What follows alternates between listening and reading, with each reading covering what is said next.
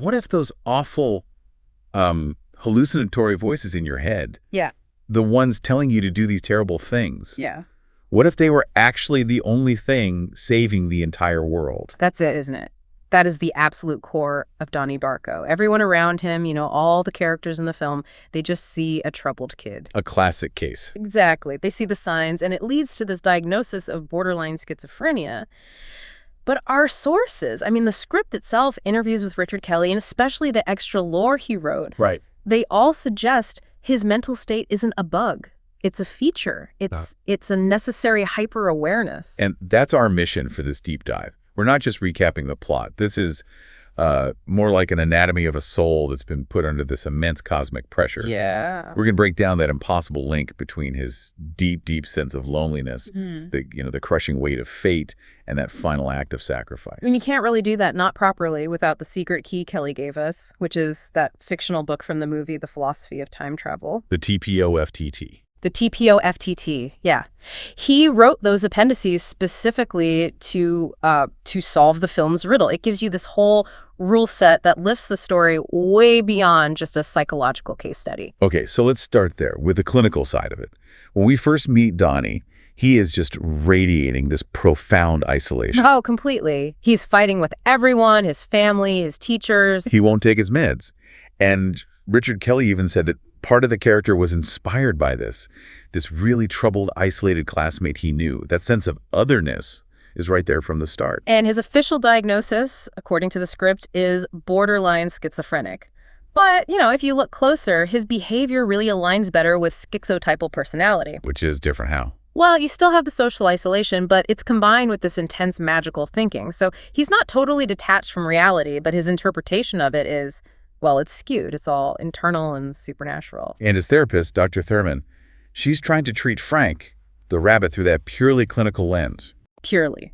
To her, Frank is a daylight hallucination. He's just a manifestation of Donnie's subconscious. And that's it. Case closed. Right. And her whole method is based on this idea of exposure, self-healing, which is why the script points out the pills she's giving him are placebos. Sugar pills. Sugar pills. She doesn't want to suppress it with drugs. She wants him to confront it psychologically and heal himself. Which sets up this perfect conflict for us, the audience. Yeah. Is his apparent madness causing all this chaos? Or is the chaos of the universe manifesting as madness inside his head? Because Frank, he doesn't act like some passive fantasy. Not at all. Donnie is certain he's real, separate. He describes it like Frank is a TV station and he's the only one tuned in. And that's where the magical thinking starts to bleed into. Well, into cosmic necessity. In that very first vision, Frank gives him that incredibly precise countdown. 28 days, 6 hours, 42 minutes, 12 seconds. Right. Now, clinically, that obsessive detail is just another symptom. But from the TPOFTT's perspective, that's not a symptom. That's data. That is the hard countdown to the collapse of reality itself. Okay, so if the clinical view is that Frank is just internalized guilt, what does the TPOFTT say he is? The TPFTT gives him a title. Frank is the manipulated dead. The manipulated dead. He's a person whose life and death are now tied to this disaster, this tangent universe. And his only job is to communicate that deadline and guide Donnie, who is called the living receiver, to fix it. Wait a second. So if the lore says Frank is this cosmic guide, how does that square with the fact that Frank is also the first person Donnie actually kills? That's the loop. That's the beautiful, tragic entanglement. Yeah. Frank has to die in the tangent universe so that he can become the manipulated dead within that same universe. Wow. His mission is basically pre-programmed, but he only exists as a guide because of a future fatal event. So Donnie's not just seeing a ghost. He's seeing a consequence that's become an active agent. Which brings us right back to that overwhelming weight of existence that just crushes him through the whole thing. Yes, that profound loneliness. It's everywhere. He's always alone. In the movie theater, on the bus. It all comes down to that line from Grandma Death. Every living creature on this earth dies alone. Chilling. And Donnie himself says it. He doesn't want to debate God or fate because it's absurd. But then he admits so quietly, I don't want to be alone. That's the heart of it. He's not afraid of death, not really. He's afraid of dying for nothing, without connection. And that personal fear is a perfect mirror for the huge cosmic fear hanging over the whole story. Gretchen has that theory about why babies cry. Because they're afraid of the dark. Perpetual darkness, and that's it. That's the fear of the universe just collapsing into nothing, which is exactly what the TPO-FPT says is about to happen. But time is running out, and the universe doesn't just wait for Donnie to work through his feelings. Not at all. It actively engineers the situation. It uses the people around him. The lore has a fascinating name for this: the manipulated. This is one of the darkest parts of the whole mythology. It's brilliant and sinister. The manipulated are literally everyone around Donnie. And the text says they're prone to irrational and often violent behavior that subconsciously pushes him toward his goal. So all these strange characters, Kitty Farmer and her moral crusades, Jim Cunningham being so secretive, they're not just quirky neighbors. No. They're being hijacked by a dying reality. Well, they're puppets. Unwitting actors in a cosmic drama. Think about the chain of events. How does Donnie's mom, Rose, end up leaving town right before the climax? It's all because of Kitty Farmer's obsession with that short story, The Destructors. She causes this whole uproar at the school. Exactly. Her irrational fear gets a teacher fired, and Rose has to step in and chaperone the dance team to L.A. If Rose hadn't left, Donnie wouldn't have been home alone for the party. He wouldn't have been able to finish his mission. And Jim Cunningham's arrest. That's another key domino. A huge one. Donnie burns down his house, which not only unlocks his new powers, but it gets a major obstacle out of the way. The lore even says the manipulated will fear him and try to destroy him, but everything they do to try and stop him, it's the very thing that helps him succeed. So the suburban chaos isn't random. It's a machine. A precisely calibrated machine designed to force Donnie into the right position at the right time. Their own moral failings are what end up saving the primary universe. This pushes us right into the central conflict, that idea of determinism versus free will. The whole thing kicks off when that jet engine crashes into his bedroom. The lore calls the engine the artifact vessel.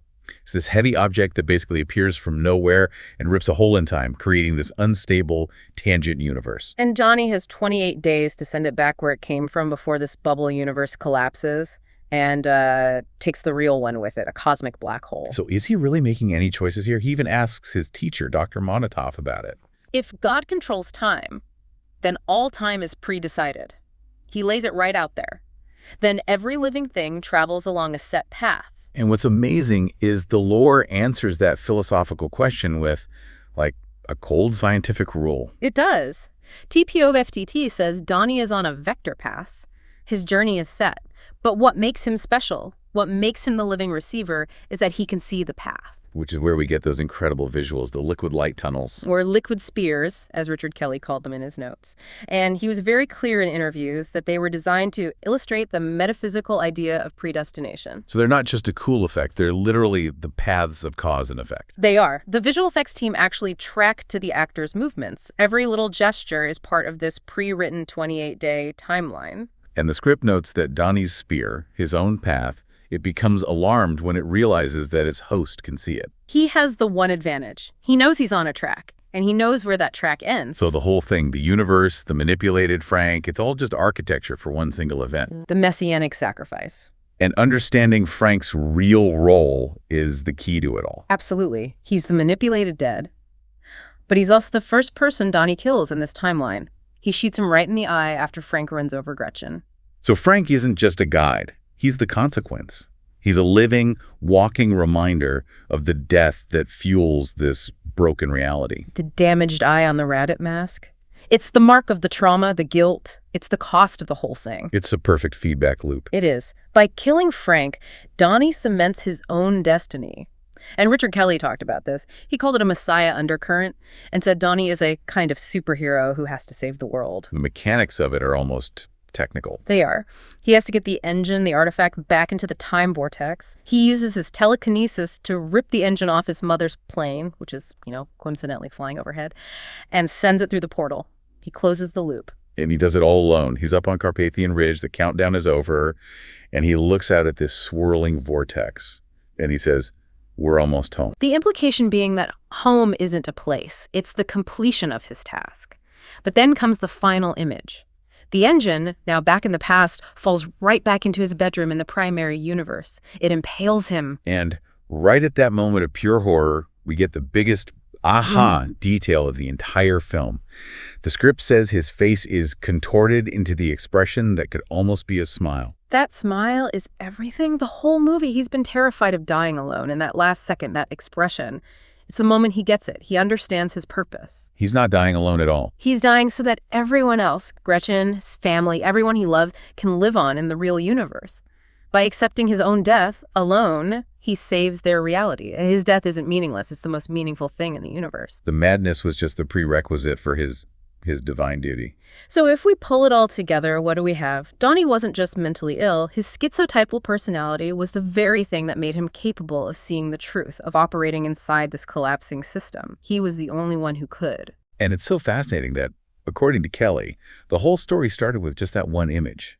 A jet engine falling on a house. Everything else, the psychology, the relationships, the dread, it was all built around that one technical problem. Which leaves us, and you, with one last, pretty provocative thought. If the entire structure of reality, Donnie's choices, his sacrifice, if it was all dictated by the predetermined physics of a tangent universe, does knowing the rules, knowing the TPO-FTT lore, make his story feel more like a predetermined horror or a divine duty? If his heroism was ultimately just a successful technical maneuver inside a closed system, was it a true sacrifice at all?